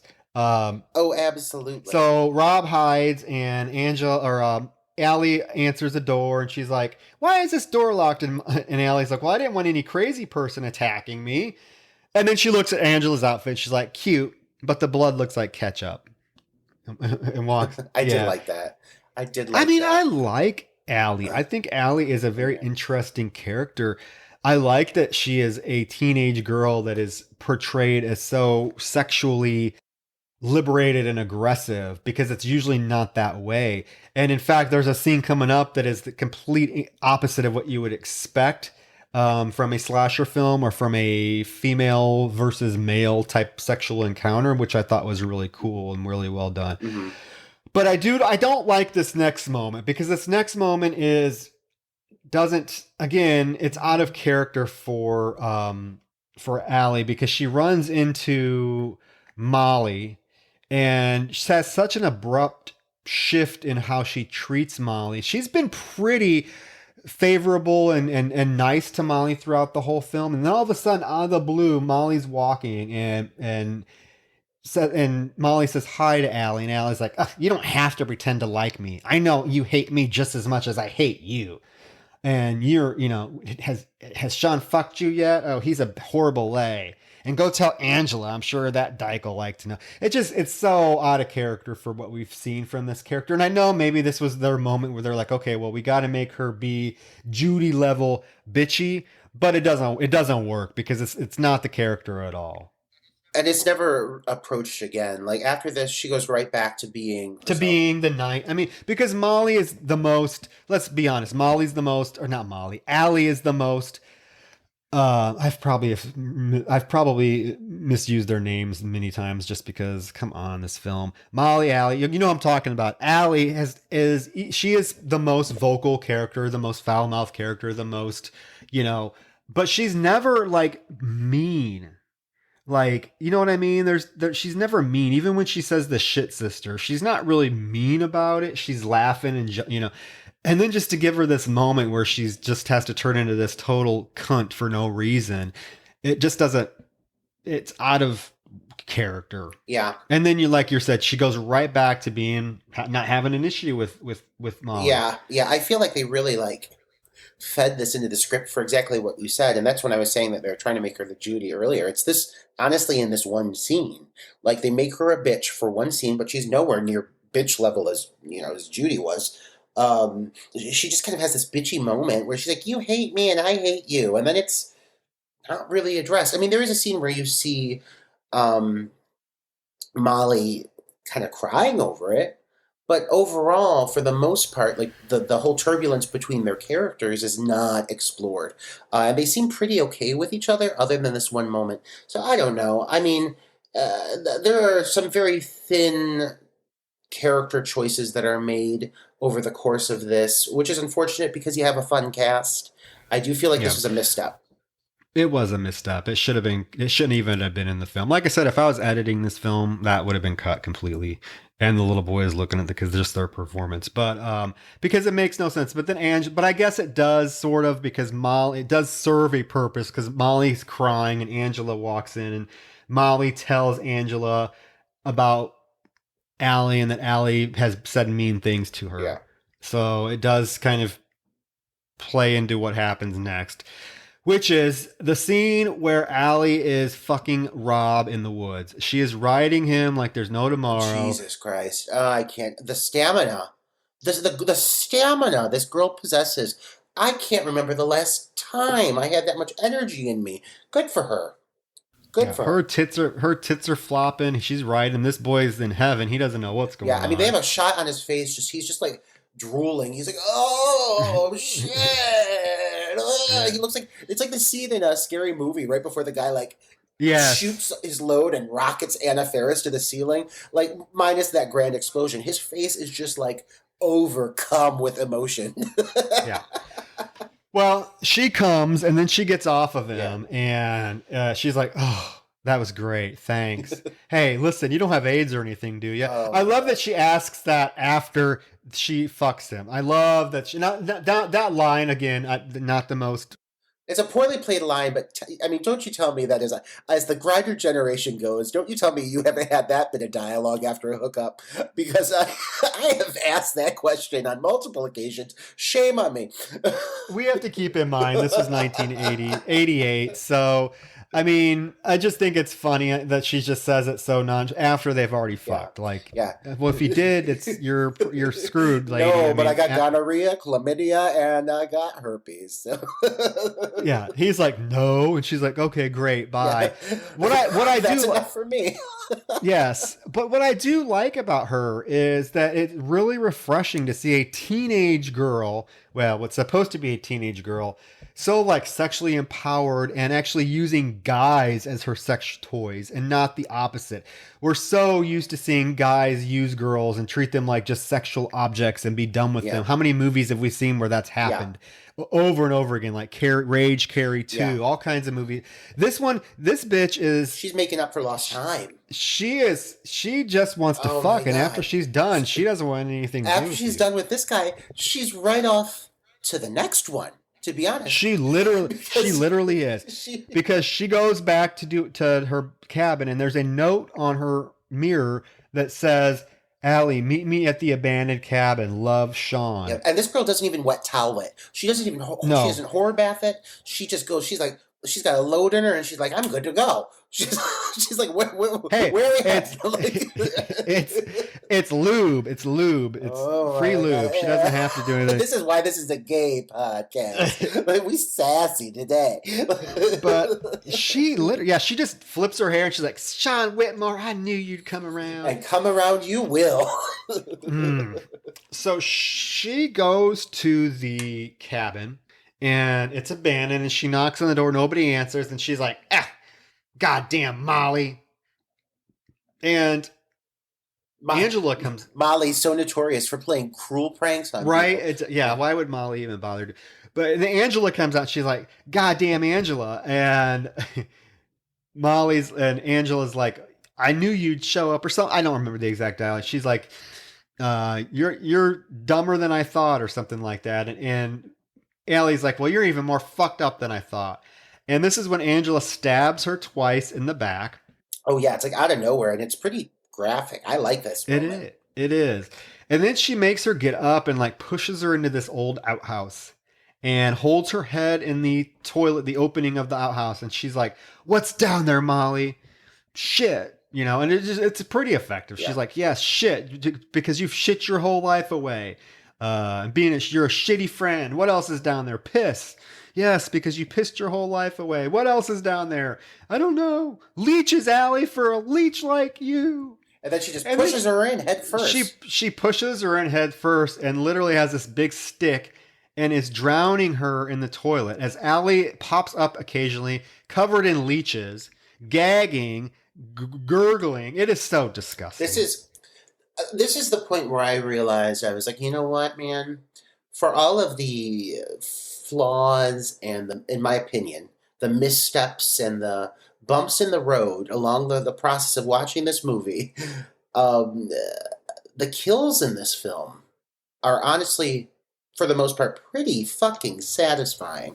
This movie has some really great kill executions, and this whole scene, from the shock, surprise of the stab in the back to the whole part of her forcing her into this outhouse, like her delivery of her dialogue in this sequence is great. Like, this whole scene is very creepy, and she's really creepy, and I feel for Allie because it's a disgusting way to go. She's literally drowning on feces and urine. Yeah, it really is gross. And each time she pops up, she has more and more leeches on her face, and she's just gasping even more. It's very well done. It's very disgusting. And I don't know. I don't think Allie deserved that sort of horrific death. But I guess if any character in the film was going to get that sort of brutal, disgusting death, it obviously was going to be Allie, because she's painted as the bad character, even though I like the character quite a bit. Yeah. I think she's played really well. Yeah. You know what I will say that I feel is even disappointing with her being painted to be like that kind of negative female figure is they really undid a lot of groundwork for making a really cool character. Like you were saying, like a sex positive, strong-minded woman. At the end of the day, she ended up just being kind of like another disposable, I don't want to say sacrificial lamb, but like the way she went out, it was like, oh, bummer. Like she was, in my opinion, more than that. I think she could have been explored more than that. I would have loved to have seen her been redeeming and come back and helped Molly in some way, shape, or form. Yeah. Like how cool would that have been? But that was a little too progressive for that time, I feel. Or give her something, or you could, if you were going to kill her off, at least let her have a fight. Yeah. Instead of just like being blindsided by the stabs in the back. Yeah. Anyway, so after that, Rob wants to know. Rob is worried now because Allie hasn't shown up for a while, and he's worried about. He brings up Camp Arawak. He's like, "Do you think that camp next door has anything to do with all these people missing?" And then you get Sean saying, "Well, you know what? I almost went to Camp Arawak. But last minute I didn't go because something came up." And again, trying to make those connections to the first film, which now are just being like almost shoved down our throat. Yeah. This is the sequel to the first one. And then the next scene is Demi, the African American girl who has to this point really had not much to do. Yeah. She goes in and talks to Angela. And she's like, well, hey, Angela, something really weird has happened. She's like, I was at dinner and then I thought about I was bored, so I thought about calling Mare. So I called Mare. Her mom answered and said that she's still at camp. And she's like, well, that's weird. So then she's like, so then I called Phoebe and wanted to talk to Phoebe, and her mom says she's still at camp. And at this point, Angela's like, oh, what'd you do? What'd you do then? And she's like, well, I didn't want to cause any trouble, so I just, And at this point, Angela's like walking around the cabin, picking up various weapons. Like, it's kind of funny, testing them out. She picks up a hairbrush, a boombox, and raises, as Mare is now just talking a mile a minute about, I guess, Phoebe's mom being promiscuous and sleeping around. And it's really, if this would have been, I wish they would have given this character this to do a couple more times throughout the film. Because Demi, if she would have been a bit more of like the gossip of the group. Yes, it really would have been really cool to see like her give that more characterization, because now we're like supposed to buy that she just talks a mile a minute when she really hasn't done that this entire film. So again, it would have been nice to have like one other scene where she just is talking and people are like, oh my God, shut up, you talk too much. Because she's just yabbering. And finally, Angela pulls a string off her guitar and walks up behind her. And she's like, you know what? You talk too much. And proceeds to strangle her with the guitar wire. Again. She dies within seconds. I was just going to say. She dies within seconds. And again, let me ask you this. What did this character do wrong? I guess it was going to expose Angela. But I mean, at this point, Angela has to realize she's going to get exposed anyway. She has killed the entire camp now. You know what I mean? A few things that I think I kind of took away from this moment was that, her core goal is to kill people who are bad. But at the end of the day, I think she's also aware that in order to keep doing what she's doing, she's got to be discreet and cover her tracks. So I do think that there's a certain line there where if she has to kill someone, she's going to kill someone regardless of the reasoning. So that's something where I kind of had to like put on my blinders with some of this and be like, okay, some of these deaths are just to keep her, to keep these murders hush hush for as long as possible. Obviously, she doesn't do a very good job because they're barely a week into this shit, and she's already killed half of the fucking camp. Mm-hmm. But yeah. So this whole thing, I agree with you. Like, I was seeing the sequence, I was like, God, I really like this character. This is fun. I wish I would have had more of this from her. I feel like there must have been scenes that maybe were cut for some of these characters, because what happens after this, here in a moment too, is another character who's extremely underutilized, and I almost forgot they existed. Who comes into the sequence, because Angela, she chokes her out and then she starts dragging the body. I do like, for once, you really see a killer, like what they do with the body after the kill. She's like dragging it through the room and she's figuring out where to put it. And she realizes that somebody's approaching. She hears that someone's approaching and she goes out to the door to look around, and she does not know that there has a bucket that has been placed atop the door filled with water that dumps on her. She is so pissed. And you know, good. Good. I'm happy that those fucking two kids, the two children that look like they're from the Village of the Damned, pulled that stint on her because she's a pill. I can't handle her. She's such a bitch at this point, and I'm happy someone made something happen to her. Well, yeah, and at the same time, Leah, the tattletale, this is the character you're talking about that's extremely underutilized, tries to get into the cabin and it's locked, and she's like, "I'm gonna tell." And then she gets something, and she's able to unlock the door, and she comes in, and she sees Demi hanging out the window, and she's like, "What are you doing?" And this is when Angela comes out of the closet with the knife, and Leah's like, well, "I didn't do anything. What did I do?" And Angela's like, "You're gonna tell," and stabs the shit out of her and kills her. Again, this character had nothing to do in this entire film. Like, nothing. She specifically says, "I didn't do anything," which is, I think, why they had to add that line in, because she's like, "I didn't even say anything the whole movie. Why am I dying?" But I actually thought that moment was kind of funny. And I do think Angela at this point is starting to become creepy as the film's going on. Like, she comes out, she's still covered in water from that old bucket sequence, and she's like drenched and she's wild-eyed. She looks like a rabid animal. And she's starting to develop a presence as a killer for me at this point in the movie. Oh yeah, because now she's completely lost it. She's killing everybody. Angela or Molly goes in the cabin, and Angela's sitting on the bed singing "Kumbaya, my love, Kumbaya," and Molly walks in, and every bed is empty now except hers. And Angela's like, "Well, I guess it's just me and you now. Don't worry, we'll still have fun." And Molly's like, you sent everyone home?" And she's like, "Yeah, I didn't have a choice." And I'm wondering, fuck. like, how do you not think you're not going to get caught? Like, I don't know. Yeah. And then there's a scene where Angela's in bed and she's dreaming, and she's having all these flashbacks from the movie. And this is really just to pad the running time.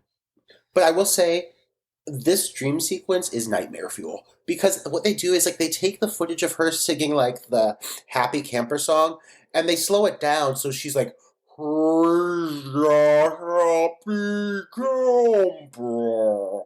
It's terrifying, and it's all tinted blue, and like, it is probably one of the scariest moments in the movie, in my opinion, is hearing her sing that song in slow motion. Yeah, it is free. But again, it's just a bunch of clip compilations from scenes earlier in the movie. I really think they did it just to like pad the running time. But it is pretty effective when they slow down that song.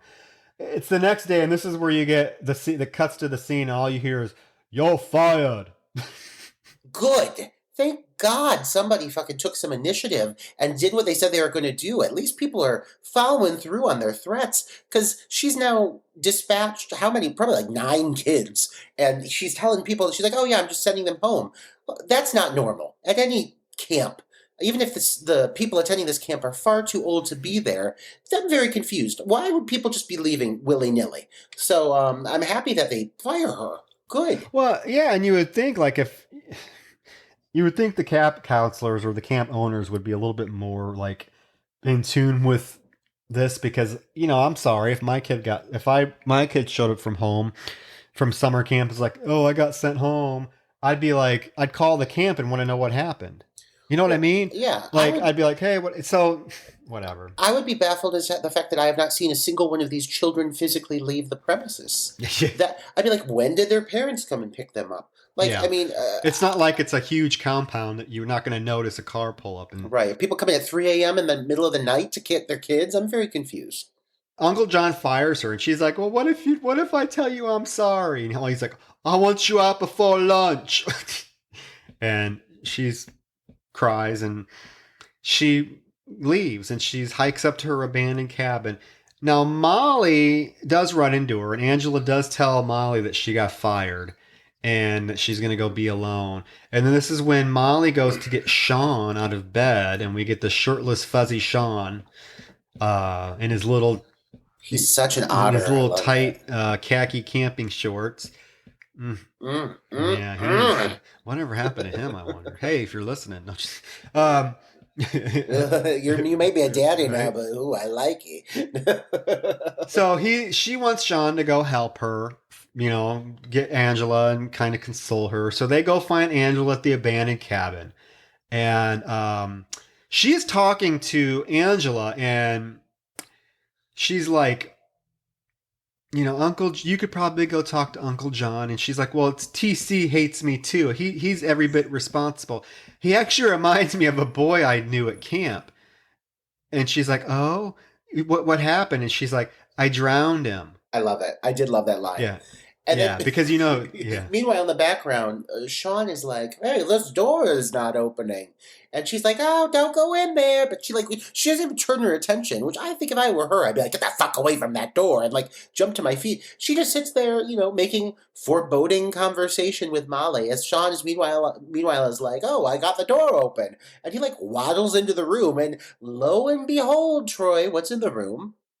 It is all of the dead bodies that she has killed of all the campers. All of them. And there's flies. They're all decomposed. All you hear is the sound of flies buzzing throughout this whole thing. Of course, Sean throws up. Angela walks in and like beats him with a club. Beats him unconscious. Into his puke. She like beats him into the ground because it's in his hair like in a moment. But I will say this body reveal, we've talked about a few body reveals. Pretty good. This is one of the better body reveals I've seen in my day. Yeah. And I was even confused. Like, I mean, some of these bodies is pretty easy to tell who it is. Some of them, I don't even know. Let's go through this. There's one of them completely missing a face. Who was that? I don't know. Are you talking about the one that's in a sleeping bag and it's just like a skull? Yeah. Are there just a few that are just people that she's maybe it's campers she killed. Because remember, there is a scene coming up where she leaves Molly and she is like dragging this other random guy. So I'm assuming she's killed other people. Well, that's that is the guy I think that was making. It's the guy that was having sex with the shit sisters. Yeah. But yeah, there's Allie's body's there just with leeches all over her face. There's Mare there with her neck all sliced from the guitar wire. There's poor Leah there. Everyone's there just dead. It's a party. Yeah, and she gets Molly and ties Molly up, and you cut back to TC is like, where did Sean and Molly go? And Rob's like, well, they went to the abandoned cabin to look for Angela. So now TC goes to look for them. Now, flashback to cut back to the cabin. Molly and Sean are tied up, and she is like just kind of taunting them. And at the same time, here TC comes in. He comes to their rescue. However, the second that he gets in the door, Angela throws a cup of battery acid in his face. So he gets killed with his own battery acid. Yeah, I like this kill. He turns around, like it splashes his face. He like whips around, and there's like reveal, and he's like, ah! And there's like blistering skin. It was a fun kill. It's quick. It flies by real fast. I liked TC. I really wanted to see him have this is another character I wanted to see have like a fight to the death with her. But you know what? She's frail. I guess they just had her dispatch of people however she could. And at this moment, Sean recognizes now Angela, and he is like, you are Angela Baker. And she's like, no, I'm not. I'm Angela Johnson. And he's like, no, my dad arrested you. And she's like, I'm completely cured. Yeah, she goes through a wonderful exposition-laden speech. This movie's good for him, where she explains exactly where she's been, what she's been doing, and why she's out of prison. She went through a ton of therapy. She did have a gender reconstructive surgery, the whole shebang, to explain why she is now the Angela we see in front of us, and why she is, for some reason, working at this camp. Because she says, he asks, how are you working here? And she says, I got recommendations from all my doctors and my therapists and all of them. Like, who the fuck would recommend that somebody who had a severe trauma experienced at a summer camp, who in their right mind would write, yes, let's send them back to that environment. Let's trigger that and see what happens. And he's like, my dad, you should have heard my dad when you got out. He was so mad. And she's like, well, wait till he hears what happens to you. And she chops poor Sean's head off with an axe. It's a horror. It's a horrible effect. You can tell it's completely a fake, like not even a head that looks like his. It's like it looks like a clay statue. Like it is Hmm. so bad. I mean, for a movie that's been pretty okay in the sense of some of the kills they pulled off, but I guess a lot of them, it's not really been like. I'll say this: some of the kills are really good but it's the ones that are more like simple. The kills in this that actually require like bigger effects, ooh, they kind of miss the mark. Like there is a hand coming up that is a wax hand, and we're going to talk about it. But yeah, there's a few reveals in this that are not that great, and the decapitation is quite a disappointing kill, especially considering that the character is Sean. And then, of course, she's trying to feed Molly, and she's like, "You gotta eat, even if you're sad. You gotta eat." And Sean, he wasn't good enough for you anyway. He was always back talking. And then she's like, "Oh, speak of the devil, look who's on TV." And she says she has put Sean's decapitated head inside the broken TV set. Yeah. Yeah, in case we didn't get enough of a shot of the bad fake head, we now get another shot of it, like a really clear, crisp shot of it in a television. So yeah, it really is kind of a blah Yeah, effect. I know. It's weird that they chose what they chose to keep in the film and whatnot. It could have been, you know. Anyway, so as Angela goes outside to bring this other random body inside, Molly gets free, and when Angela walks in the door, she literally taps her with this club, and it knocks her out. She like gently falls to her knees. Like it's really pretty a weak fall. But I mean, at least Molly manages to get out of the scenario. She But does. she does. But there is a candle. Here's the deal: there is a candle on the table, and I would have just set the building on fire. I would have left her inside. I would have done something, but instead, she just runs and like, okay, I'm good. I'm happy you got out. I'm happy you got yourself free. At least you thought to hit her. But Yeah, and then yeah. give me something more, Well, and Renee Estevez. it doesn't, because there's this chase scene through the woods that really is just blah. It's very blasé. She trips a few times. Angela gets her a few times. There's a knife involved. Molly gets the knife at one point. Angela gets the knife at one point. It's all very just like weak. It's not very exciting. And it gets to the point where, I really wanted, Molly. Generally, when you get these like meek, shy, goody goody two shoe girl characters, generally what you get from them at the end is they end up putting up a massive fight. You think of Jamie Lee Curtis in Halloween. Think of even like the final girl in Final Exam. When they get kind of cornered, their goody two shoe facade, they're able to come to their own and like break out of it and fight back. Molly does not. Molly is the most worthless final girl I've ever seen in my life. She gets to the edge of a cliff and she's like just standing there, and she has a knife. Why she doesn't charge Angela and start stabbing the shit out of her, I don't know. She literally stands there and whimpers and lets Angela come and push her off the cliff. So she falls off the cliff, and Angela's like, "Oh, poor Molly. If it's any consolation, you almost made it." Which is what we're all thinking, because honestly, she's the only one of these campers left. Another thing that is different from the original film, a big difference, is they very much dispatch of all of the major characters in this film that you get to know. Like think of thus far, there's been already a higher head count. Well, everyone's dead because this next scene, Diane, the short-haired Diane, is still walking Lesbian around. Diane with no That's what I wanted to say. with no purpose. She's lesbian Diane. She is lesbian Diane. She finds Charlie and Emilio. They're in the window, and it's obviously they're being held up by a rope. But she walks up to him, acting like she doesn't see this rope tied around him, and she's like, "Boys, what did I tell you about this?" And it's boys. but she grabs the wand in the most awkward way. And you need to go, if you don't know what I'm talking about, I want you to go back and watch this. The way she grabs him, she like puts one hand on the shoulder and one hand on it's very purposely done so that she can reveal the effect on the neck. Like you would never, I know I'm going off, but I just noticed that it's like, you would never grab somebody like that.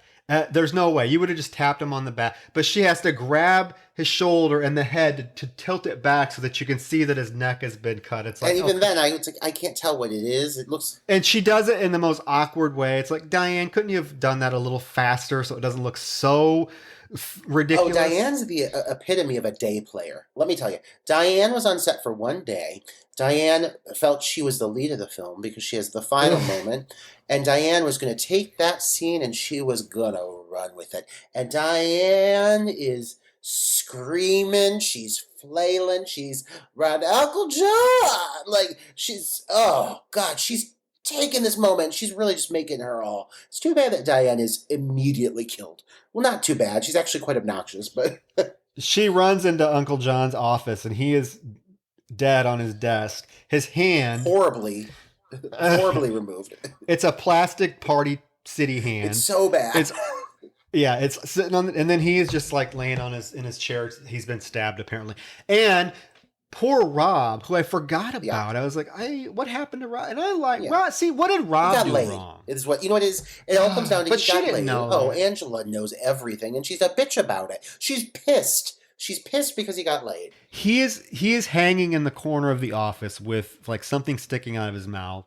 And the actor is trying his hardest not to like... his eyes are wobbling. Not to blink his eyes or open his eyes. You could just watch him. He's like... he wants to open his eyes and just like watch what's going on. Well, but he can't. His eyes like rolled up so they look white. But like, you know when you do that, how it's very hard to keep your eyes like in place in general? I feel bad for the guy. His face is blood red. Well, Diane screams, and Angela immediately comes and stabs her in the gut and kills her. So dramatic. So what did Diane do wrong? The haircut, apparently. Which I like a sensible crop. I'm not getting down on Diane. I think it's more of an issue because I think Angela, with her weird, excessive Christianity that's hinted at, I think she doesn't like queer people, as we've gathered all around. She killed everybody. So literally, Angela killed this entire kid. Yeah, they're all dead. They're all dead. Molly, in the meantime, wakes up. It's nighttime. So we know, oh, good, Molly's not dead. Yay. And in the meantime, Angela has apparently been picked up in this pickup truck by a lady that needs her own goddamn movie right now. How did she not end the movie? That dame, literally, my notes, I was like, let me see a buddy comedy with these two. With Angela and that woman, like she's the best part of the movie. She's like this foul-mouthed, southern drawn.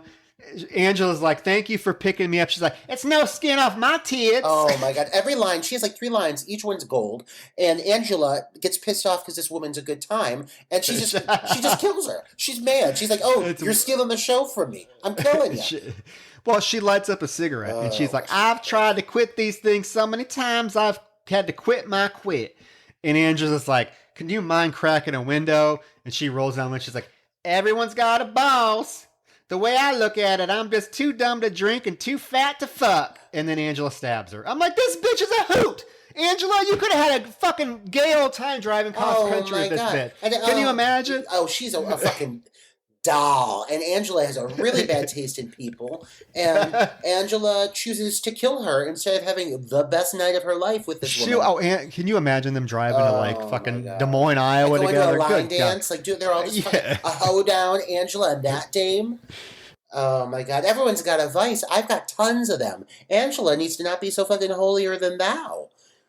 Angela's got her vices. Angela needs to get the fuck off of her high horse. I'm not dealing with it. I'm sick of it. Yeah, well, the film ends then with Molly running out into the street as the pickup truck approaches. And she runs up to the pickup truck, and Angela rolls down the window and says, "Howdy, camper!" And the film ends with a free shot on Molly's face, and it ends. And then it starts playing this weird, melancholy-ish closing credit song that was pretty interesting. I don't know. But so the film ends with us really not knowing what happened to Molly. I guess we're assuming she's dead. And in fact, she is dead because I forgot, because we're not covering it. But just so you know, everyone, Molly does die, Roger, because in Sleepaway Camp 3, Angela tells the surviving girl in that film, which I can't remember her name, Jan or something, Marsha, I think, that she also almost got away, but there was another girl that almost got away, but she ended up killing her named Molly. So in 3, she does state that Molly was killed. So we do know what happened to her. But that's the end of the film. That zoom in, like, I was like, are you fucking kidding me? Are you fucking, like, this is it? She's like, howdy, Campbell! Like, it's so, like, over the top. But I was surprised, and I don't know how they would do it, but I was surprised they didn't really try to do something to top the first film's ending, or at least be that impactful. Do you know what I mean? Like, you're making a Sleepaway Camp film, and Sleepaway Camp is known for the shocking ending. I was expecting that they would try to do something that was a little shocking or out of left field, and they didn't. It ended very abruptly. And they didn't even, like, they could have at least, like, left it open-ended where we didn't know what happened to Molly. Maybe she got away, maybe she didn't. But then there is that line in the third film where Angela blatantly says she killed Molly. So, I don't know. I wish, all I'm going to say, because I like this film, I find this film a hoot to watch. I'm going to admit it. There is really nothing I don't like about this film. I mean, I just think it's entertaining from start to finish. It's quick. The pacing's really strong.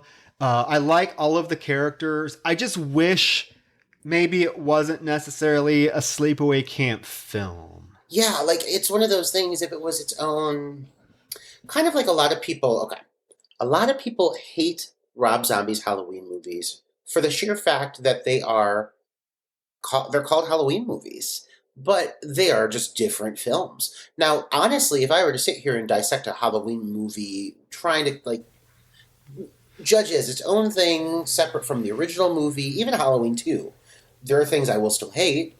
Anything that has to do with his wife being in it. But other than that, like, there are things I'd actually really like. But because it's like Halloween, I'm like, oh, but I'm so partial. So I think with this as well, it's like, oh, I'm really partial to the first movie, which automatically, like, because they tried to stray so far from that material, it automatically leaves a bad taste in my mouth. And I'm automatically going to, like, kind of prejudge it a little bit more than I really should, because yes, it is very entertaining. It's kooky, it's funny. It's not too funny. It's got likable characters. It's got some really good kills. It's got some really bad kills, but that's okay. They tried. But yeah, because it's trying to associate itself with a slasher film that I hold in high regard, it doesn't always hit for me. Sometimes when it hits. But at the end of the day, there are moments where I'm like, oh, I don't know. It's just, it can't hold a candle. It can't really hold a candle to the first one. It doesn't hold a candle to the first one, but as a piece of late 80s slasher fare, I would say it's pretty good. Again, it's entertaining. If you just sit back and watch the film for what it is, it's extremely entertaining. I find it way more entertaining than the third film, which the third film is just, there's no substance to the third film at all. I think. And again, I'm bringing up the third film, guys, because we'll never cover it, I don't think, because there's not much there to cover. There's no substance to part 3. It's basically a body count film. There's nothing. We forget. Part 3 forgets about any of Angela's history. They forget about the nuances and the delicate subject matter the first film took issue with. It forgets about the even part 2 that tried its hardest to connect to the first one, even though they were so blatantly different. Part 3 is just death scene after death scene of horrible characters that you don't like. And Angela, now you think she was Freddy-fied in part 2. Oh, good Lord, girl. Part 3, it's ridiculous. There's a wisecrack after every death. It's not a pleasant viewing experience. And part 4 just is awful. Part 4 is one of the worst films I've ever seen in my life, which sucks because they brought Felissa Rose back for it, and it's just tremendously bad. So when I'm looking at the whole franchise, because it's safe to say it's a franchise now, with 4 films, part 1 and 2 are definitely the strongest. Those are 2 that I can revisit, and I can revisit part 2 for what it is, and sort of forgive the fact that it does a lot of things to undo the first film's effectiveness in its own right, but it also does some things right. Yeah. Yeah, I'll say it at least has a vision of what it is. It may not be the vision I would have had if, I could have set up my ideal scenario. I mean, obviously, I would have brought Felissa back in my ideal heart of hearts, but at least whoever made this movie, they knew what they wanted, and from beginning to end, it is coherent and it has structure, and there is an evolution for the character, and she just happens to evolve in a totally different direction than I think fans of the original would have But anticipated. you know what? I think that I tend to think, just from what I see, from what I kind of gather, I feel like fans really like part two. I think if you did a poll of the Sleepaway Camp films, I think you'd be surprised that part two probably has just as many fans as part one, if not more. I've actually seen a lot of people, and just go kind of bring up Sleepaway Camp in these gay horror forums or any horror forum. And you will see a lot of people that say this is their favorite film of the franchise, that they like it way more than the first one. I do want to bring this up because I find it interesting. Pamela Springsteen has been MIA for years and sort of refuses to talk about this film. And she doesn't really want anything to do with it. And I just find it really interesting because Felissa Rose, on the other hand, has embraced her Sleepaway Camp roots, and she's embraced the fact that it's done for her as in kind of the annals of horror. And I'm wondering if, Pamela Springsteen will ever come around. I mean, it would be cool to see her do some conventions and just come around and embrace the fact that she was part of a franchise that definitely had a huge impact on the horror, Yeah, the slasher film period. yeah. Sleepaway Camp films are well, and I'm just wondering. I just find it interesting. I've read many things where she just refuses to talk about the film. She wouldn't do the commentaries on the Blu-ray releases. She just has nothing to do with it. I'm wondering if she knows, like, bitch could bank at a convention. Yeah, yeah. I wonder if the material and the direction they took it, because it has a bit of a, dissecting it now as you would as we dissected the first film, dissecting certain choices within this film, be it the character's journey and evolution or some of the dialogue they choose to use. It does kind of have an anti-queer vibe at times. It's hard to deny it, That could. and and I wonder if she's just trying to separate herself from that. It may be, or it may be that she just doesn't like the films. I mean, that maybe she's in a place where she doesn't need, she doesn't need the recognition. She doesn't need to do conventions. Maybe she's probably very content doing whatever it is she's doing. I mean, she's Bruce Springsteen's sister, for crying out loud. I doubt she's hurting for Yeah, anything. she's fine. She's She's fine. fine. Yeah, But it would be so cool to see her kind of embrace her place in slasher movie history as Felissa Rose has. yeah, I'm just putting that out there. yeah. It's just very interesting. But other than that, yeah, I mean, that's Sleepaway Camp too. I think that at the end of the day, you're either gonna be in line with what it did in terms of how it basically turned the first film upside down and did something completely different. If you're on board with that and you can get on board with it, you're going to sit back and you're going to have a blast for 75 minutes. This film is short. Right. If you can't, Right. you love the whole kind of serious dark tone the first film has, then you're probably not going to like this. If you don't like your killers like being in your face and knowing who's killing and making, wisecrack, then yeah, this isn't going to be the film for you. But again, I personally find it highly entertaining. I love the character of Allie. I think that she's a great character. But yeah, it's Sleepaway Camp too. It's a film. I say this, some films I say, oh, I probably won't watch that again for a long time. I'd watch Sleepaway Camp 2 again tomorrow night. I mean, it's just entertaining. It just put it on as something in the background. It's comfort. It's kind of a comfort movie for me. So that is Sleepaway Camp 2, folks. Sleepaway Camp 2.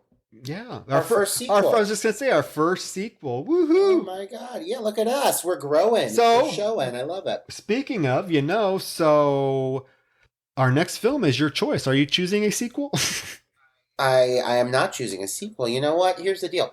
I love the last ones we've done, and I felt for me to try to do another slasher, I want to let the listeners baste in this for a little bit.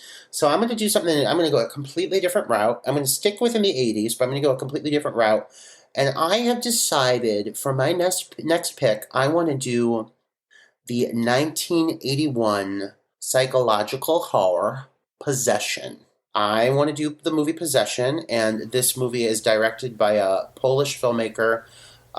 His name is Andrzej Zulawski, and this movie also stars Sam Neill and Isabella Ajani, and it is a beautiful film, and it is a completely different vibe than the last few films we've watched. And I think you have you not seen this one? Roger, I'm gonna admit it to you. I may be a bad horror fan. I've heard of Possession brought up as being one of the best. I've never seen it. One thing I've noticed is you very much lean into like a slasher, which and Uh-huh. I love a slasher, but a lot of times my niche is more like psychological horror, and I like that because I think there's a balance between the two of us. And so I was like, I figured if you have not seen this one before, why don't we go this route? Because I think I'd like to think you're gonna enjoy it. I hope so. We shall see. I think some of the fans are gonna really enjoy this one because this one has definitely developed a cult I following. know. I've heard. Trust me. I know of the film very well. I've seen many like lists of like the best horror performances of all time, and Isabella Adjani's been mentioned on it in many lists that I've seen. So, and I think she even got like some critic award nominations, like National Board of Review for Best Actress and stuff when the film came out. I just have never seen the film, so I'm super excited because you have introduced me to some wonderful films that I probably would not have watched otherwise. Messiah of Evil.